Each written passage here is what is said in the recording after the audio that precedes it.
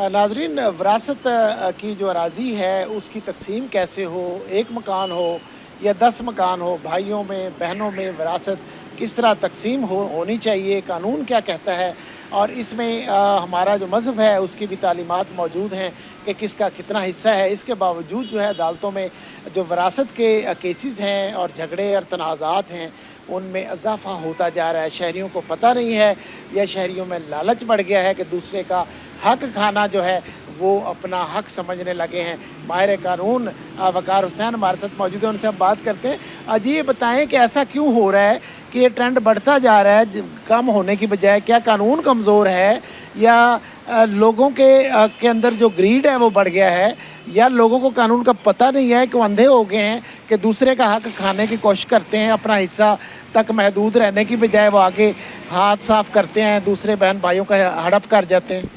बिस्मिल्लाहिर्रहमानिर्रहीम, बहुत शुक्रिया आपका। असल में ये जो विरासत का टॉपिक है ये बहुत बड़ा टॉपिक है। जो आपने पर्टिकुलर क्वेश्चन किया, इसकी दो इंग्रेडिएंट्स हैं। सबसे पहला तो है कि दीन से दूरी है, सबसे बड़ा इशू है। दीन से दूरी है, लोगों को पता नहीं है कि विरासत कैसे तकसीम होगी और ये कितना बड़ा टॉपिक है। और दूसरा इसमें है लालच का एलिमेंट, कि लालच बहुत ज़्यादा है। हर बंदा इसी कोशिश में है कि मैं दूसरे का हिस्सा हड़प कर लूँ। तो अगर इसको हम थोड़ा डीपली देखें तो अल्लाह ताला ने कुरान करीम में सूरह निसा में सब के हिस्से मुकर्रर फरमा दिए हैं कि जब भी कोई मर्द या औरत इस दुनिया से रुखसत हो तो उसकी विरासत कैसे तकसीम होगी। उसके पूरे स्टेप वाइज पूरी डिटेल अल्लाह ताला ने कुरान पाक में दे दी है। हमारी सबसे बड़ी जो नाकामी है वो ये है कि हम इस चीज़ को समझते नहीं हैं। कानून भी मौजूद है, शरीयत ने ऑलरेडी ये दिया हुआ है, पूरा डिटेल से चैप्टर दिया हुआ है। इसमें जब भी एक बंदा इस दुनिया से रुखसत होता है, मर्द हो या औरत, उसकी तकसीम का तरीक़ाकार ये है कि सबसे पहले जो विरासत छोड़ के जा रहा है उसका पहले तजहीज़ व तकफ़ीन उसमें से निकाला जाए मरने वाले का। फिर उसके ज़ुम्मे अगर कोई कर्ज़ है तो वो कर्ज़ अदा किया जाए। उसके बाद अगर उसने कोई वसीयत की हुई है तो उसकी वो वसीयत वो अदा की जाए। उसके बाद जो है पूरा पैटर्न आता है कि कैसे उसकी विरासत जो है वो तकसीम होगी। अब इसमें अगर थोड़ी सी डिटेल में जाए, क्या होता है, फ़र्ज़ करो एक बेवा है, उसकी बेटियां हैं और उसके बेटे हैं, इनको कितना कितना मिलेगा? इसका सब तरीकाकार ये है कि मरने वाले के विरासत में सबसे पहला जो हक है वो है उसके वालिदैन का। अगर वो ज़िंदा हैं सबसे पहले उनको शेयर मिलेगा। उसके बाद जो उसकी बीवी है सेकंड नंबर पे उसका राइट आता है। अगर बच्चे हैं, औलाद है, तो अकॉर्डिंग टू कुरान करीम उसको 1/8 हिस्सा मिलेगा। और जो बच्चे हैं और बच्चियां हैं उनको बच्चे को डबल और बच्ची को सिंगल हिस्सा मिलेगा। अब अगर एक से ज़्यादा बीवियां हैं, ये भी क्वेश्चन आ सकता है, तो 1/8 हिस्सा ही मिलेगा, लेकिन वो तमाम में फिर तकसीम हो जाएगा, तमाम बीवियों को तकसीम हो जाएगा वो वाला हिस्सा। यानी अगर एक बंदा फौत हुआ, उसकी एक प्रॉपर्टी है, फ़र्ज़ करो 1 करोड़ की प्रॉपर्टी है, बीवियाँ 2 हैं, और 1/8 जो हिस्सा बनता है, 1/8 उसको 1/8 उसको नहीं मिलेगा, बल्कि उसी 1/8 का हाफ मिलेगा दोनों को। जी, 1/8, चूँकि बीवियाँ 2 हैं, 1/8 होगा, इसको 1/16 आप कह सकते हैं, क्योंकि 1/8 हो जाएगा, वो दोनों बीवियों में बराबर तकसीम हो जाएगा। वो दोनों मतलब 1-2 बीवियाँ हैं तो दोनों का आधा आधा कट लग जाएगा उसमें। ऐसे ही है, बिल्कुल ऐसे ही है। अच्छा, तो अब ये जो झगड़े शुरू होते हैं इसमें मुमकिना वजूहात क्या होती हैं? झगड़ों मतलब केसेस जब आते हैं अदालतों में, देखो जाली, वो कहते हैं जी उसने लिखवा लिया, बहन का हिस्सा लिखवा लिया, भाई कहता है मुझे कम मिल गया, मुझे महरूम कर दिया, वो कहता है मुझे महरूम कर दिया। असल में इसमें होता ये है कि प्रॉपर्टीज़ ना 2 तरह की होती हैं। इसमें एक तो है जो रेजिडेंशियल प्रॉपर्टी है वो आती है सिविल कोड के दायरा अख्तियार में। जो है एग्रीकल्चर लैंड, एग्रीकल्चर प्रॉपर्टी, वो आती है महकमा रेवेन्यू के अंडर। तो साबका अदवार में होता ये था कि आप जाके जस्ट एक अपना आईडी कार्ड की कॉपी दें और अपना वहाँ पे 2-3 एविडेंस पेश करें तो वो विरासत जो है तकसीम हो जाती थी। ये इसमें बहुत ज़्यादा फ्रॉड का एलिमेंट था कि लोग किसी ना किसी को, बहन को, भाई को, फॉर एग्ज़ाम्पल 4 भाई हैं, 2 अब्रॉड रहते हैं फॉर एग्ज़ाम्पल, तो उनको बताए बगैर ही इधर महकमा रेवेन्यू से मिलके वो विरासत वगैरह तकसीम करवा लेते थे, कब्ज़ा उनका होता था। तो इसलिए लंबे लंबे केसेस चलते थे। अभी साबका अदवार में 2020 में इसमें ना बहुत अच्छी एक कानून साजी हुई कि नादरा को ये इख्तियार दे दिया गया कि नादरा जो है वो लेटर जारी करेगा। उसमें बेनिफिट ये हुआ कि हर जो शेयर होल्डर है, जो वारिस है, उसकी विरासत होने से पहले बायोमेट्रिक होगी। अब फॉर एग्ज़ाम्पल उसकी एग्ज़ाम्पल ऐसे है कि एक बंदा फौत हुआ, उसके 4 बच्चे थे, एक ऑस्ट्रेलिया में है, एक इंग्लैंड में है, 2 पाकिस्तान में है। अब वो विरासत तकसीम करने के लिए जाते हैं नादरा में, तो नादरा वाले एक ट्रैकिंग आईडी इशू कर देते हैं। वो ट्रैकिंग आईडी से वो ऑस्ट्रेलिया में बैठ के या इंग्लैंड में बैठ के उधर से ही बायोमेट्रिक कर सकते हैं। जब तक वो बायोमेट्रिक नहीं करेंगे तब तक वो लेटर इशू नहीं होगा, और इससे फ्रॉड जो है वो मिनिमम हो गया, काफ़ी हद तक कम हो गया। और इसमें एक शिक थी कि अगर किसी वजह से नादरा इशू नहीं कर सकता, फॉर एग्ज़ाम्पल बच्चा माइनर है, उसकी बायोमेट्रिक नहीं हो सकती, तो एक डिक्लाइन सर्टिफिकेट जारी करते थे, उसके बाद आप सिविल कोर्ट जा सकते थे। अब 2025 में उसमें भी चेंजिंग आ गई है कि आप डायरेक्ट भी सिविल कोर्ट में जा सकते हैं। तो कोशिश तो यही है गवर्नमेंट की भी कि इसको मिनिमम से मिनिमम किया जाए।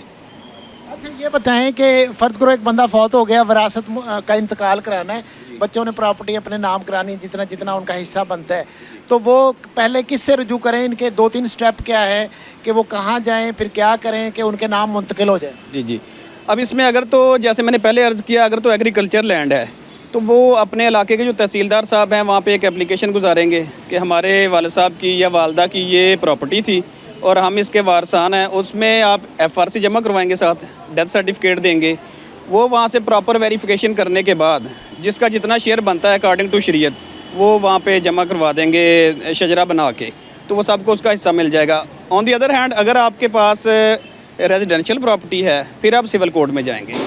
सिविल कोर्ट में जाके वहाँ पे सूट फॉर डिक्लेरेशन फाइल करेंगे कि हमारे वालिद साहब की या वालदा की डेथ हुई है, तो ये हम पीछे वारसान हैं। उसके लिए एफआरसी मस्ट है, फैमिली रजिस्ट्रेशन सर्टिफिकेट, वो नादरा ही इशू करता है। उसके अंदर तमाम बहनों का, भाइयों का वो नाम आएगा, तो वो प्रॉपर उसकी वो प्रोसीजर है, कोर्ट प्रोसीजर अडॉप्ट करने के बाद, तो वो फिर जिसका जितना शेयर है सबको मिल जाएगा। अच्छा ये जो बीच में पटवारी का अमल दखल होता है, पटवारी का जो उसको माल मांगता है, माल खुआना पड़ता है, विरासत का इंतकाल कराने के लिए भी, नकूल हासिल करने के लिए भी, तो उससे शहरी कैसे बचे?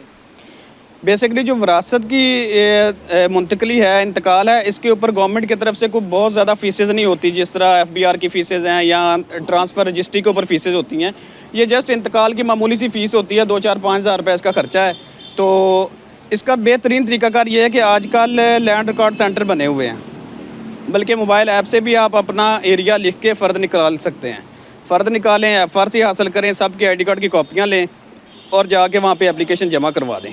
तो उसका तरीकाकार बड़ा सिंपल सा है, इसमें कोई 10 से 15 दिन लगते हैं, ताकि उन्होंने वेरीफाई करना होता है कि किसी वारिस को महरूम तो नहीं किया जा रहा।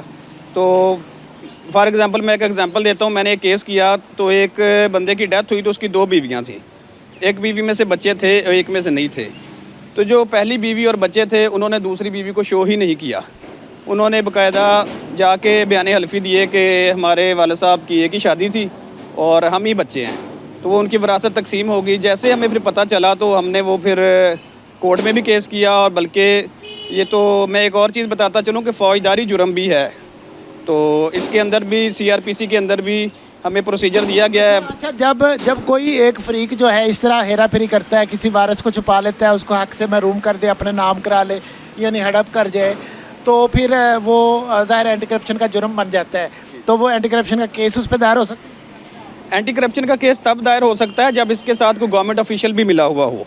फॉर एग्जांपल एक बंदा जाके कंसीलमेंट ऑफ फैक्ट करता है, डॉक्यूमेंट जाली बना के चला जाता है और जाके वहाँ पे विरासत का इंतकाल करवा लेता है। वो अगर पटवारी तहसीलदार से मिलके साजबाज करके कुछ इस तरह कर ले, फिर वो एंटी करप्शन? फिर वो हो सकता है, क्योंकि अगर पटवारी, तहसीलदार या कोई भी रेवेन्यू का ऑफिसर या कोई भी अमले का बंदा साथ मिलके साजबाज होकर करे तो। ये जिस तरह आपने कहा एक बीवी और उसके बच्चों ने साजबाज करके वो अपने नाम करा लिया, दूसरे को महरूम कर दिया, ऐसे लोगों के लिए क्या सज़ा है कानून में?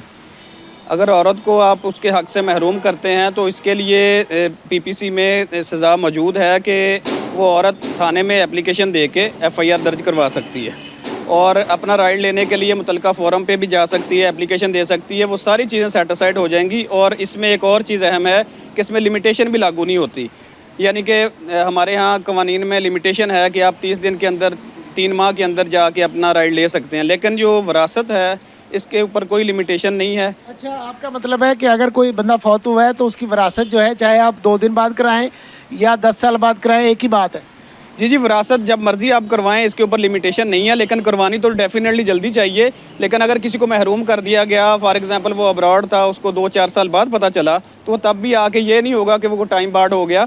वो जब भी उसको पता चले कि मेरे साथ फ्रॉड हुआ है, धोखा हुआ है, तो वो अपना हक लेने के लिए अदालत से रजू कर सकता है। अच्छा, ये जो बहनें होती हैं, भाई उनको महरूम कर देते हैं, अपने नाम करा लेते हैं, पहलों को जनाब वो समझा समझू के उनको कहते हैं कि जनाब भाइयों का मान बढ़ाओ, तुम हिस्सा ना लो, उनको क्या कहेंगे? बेसिकली मैं तो उन सबको यही कहना चाहूँगा कि जब शरीयत नाज़िल हुई, नबी करीम रऊफ़ रहीम सल्लल्लाहु अलैहि वसल्लम ने अपने दौरे अपना हुकूमत में ये वाज़े कर दिया कि बहनों को हिस्सा दिया जाए। कुरान पाक में अल्लाह ताला ने लिख दिया, तो भाइयों को तो नंबर 1 चाहिए कि उनका शेयर खुशी खुशी देना चाहिए। लेकिन हमारे यहाँ चूँकि कल्चर ऐसा है, हम चूँकि हिंदुस्तानी कल्चर की वजह से हमारे यहाँ ये रिवाज है कि बहनों को हिस्सा नहीं दिया जाता। लेकिन अब भी ये काफ़ी हद तक मिनिमम हो गया है, लेकिन अभी भी हैं, इश्यूज़ हैं अभी भी। तो वो बहनें चूँकि भाइयों के साथ रह रही होती हैं, घर होती हैं, तो उनको कह दिया जाता है कि जी आप भाइयों को हिस्सा दे दें, जो कि सरासर ज़्यादती है। तो मैं ये समझता हूँ कि भाइयों को चाहिए कि जिस तरह वो अपना हिस्सा खुशी से लेते हैं, बहनों को भी उनका हिस्सा खुशी से दें। बहुत शुक्रिया नाज़रीन, आपने सुना विरासत जो है उससे जुड़ी जो चीज़ें हैं, अगर आपको उसकी थोड़ी जानकारी हो तो यकीनन आप अपने हक़ का दिफा भी कर सकते हैं। अगर आप जो है जितने भी बच्चे हैं, फैमिली के अफराद हैं जो वारिस कल को बनने वाले हैं, उनका जो रिकॉर्ड है नादरा में दुरुस्त होना चाहिए, ताकि उसके मुताबिक उनको जायदाद के जो भी उनका शेयर बनता है मुंतकिल हो सके। अगर दूसरी शादी का मामला है या उसमें कोई पेचीदगी है या किसी की औलाद नहीं है और ख़ानदान के दीगर अफराद को प्रॉपर्टी मुंतकिल होनी है, तो उस हवाले से भी चीज़ों को हम जो है वारसान जो है अपनी नज़र रखें उस मामलात पर, तो बहुत सारे झगड़ों से, केसेस से और फ्रॉड से भी बचा जा सकता है। अपना ख्याल रखिएगा।